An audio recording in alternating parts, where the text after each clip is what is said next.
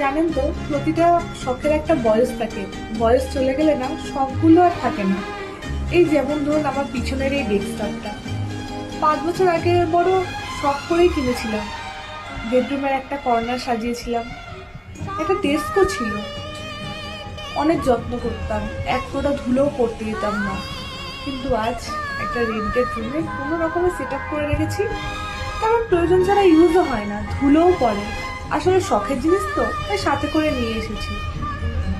কিন্তু এটা যে শুধুমাত্র শখের জিনিস তেমন কিন্তু নয়। এর সাথে জড়িয়ে আছে অনেক স্মৃতি, অনেক মানুষ। হয় না এমন কিছু জিনিস যেটা আপনাকে অনেক মানুষের কথা মনে করিয়ে রাখে বা মনে রাখতে সাহায্য করে। এটাও ঠিক ওই রকম। এই যেমন ধরুন দেবজিতের পুরোনো মুভির গানগুলো আপনাকে 10-12 বছর পিছিয়ে নিয়ে যায়। এটাও ঠিক তাই। 5 বছর আগে আমি কোন জায়গায় ছিলাম তখন